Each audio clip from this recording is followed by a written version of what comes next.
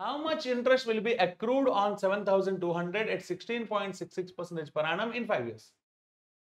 మా వడ్డీ రేట్ ఇచ్చాడు. అలాగే 5 సంవత్సరాలని చెప్పాడు. సార్ మామూలుగా అయితే మీ మైండ్‌లోకి 16.66% అంటే 1/6 అని రావాలి. ఇదండి మీకు percentage to fraction conversion table చెప్పినప్పుడు చెప్పాను.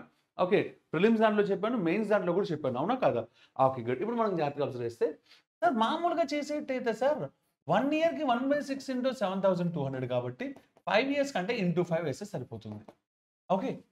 సో, అంటే ఇప్పుడు ఏం చేయాలి? సో, 6తో క్యాన్సెల్ చేస్తే 6 12 00 12 5 60 పక్కన 2 సున్నా అంటే రూ. 6,000 అయిపోయింది. ఇదే ఆన్సర్. ఎగ్జాక్ట్‌లీ చెప్పాలంటే ప్రొసీజర్ కూడా ఇదే. కాకపోతే మనం డిస్క్రిప్టివ్ గదా! ఓకే. ముందు యాజ్ యూజువల్‌గా గివెన్ దట్ అని రాసుకుందాం. ఇచ్చినది. ఓకే. గివెన్ దట్ తర్వాత నెక్స్ట్ ఏం చేయాలి మనం?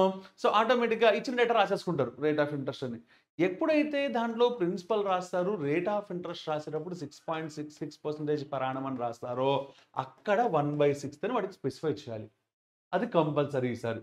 ఎందుకంటే దీన్ని ఇలా చేస్తేనే ఆన్సర్ వస్తుంది. అది నీకైనా, నాకైనా, ఎవరికైనా. ఓకేనా? So, 1/6 okay. ఇంకా టైమ్ పీరియడ్ రాసుకుంటావు నీ ఇష్టం. Okay. So, simple interest is equals to formula రాయండి యాజ్ యూజువల్‌గా PTR/100 అనే రాయండి. ప్రిన్సిపల్ ఎంత? 7,200. రేట్ ఆఫ్ ఇంట్రెస్ట్ ఎంత? ఓకే. మీరు రేట్ ఆఫ్ ఇంట్రెస్ట్ ఎంతమ్మా? టైమ్ పీరియడ్ ఎంత? 5 years. 5 into rate of interest అంటే డైరెక్ట్‌గా R/100 తీసేసి 1/6 రాసేయండి చాలు. ఎగ్జామ్‌లో సాటిస్ఫై అయిపోతాడు. ఓకేనా? ఇంక మీ కాలిక్యులేషన్ ఇక్కడైనా, ఎక్కడైనా అదే ఉంటుంది. తేడా ఏమి ఉండదు. అవునా కాదా? రైట్. కాబట్టి ఆటోమేటిక్‌గా మీ ఆన్సర్ ఎంత వస్తుందమ్మా? 6,000 రఫ్‌లో కాలిక్యులేట్ చేసుకుంటారు. ఇక్కడ ఆన్సర్ రాసేస్తారు. ఓకే.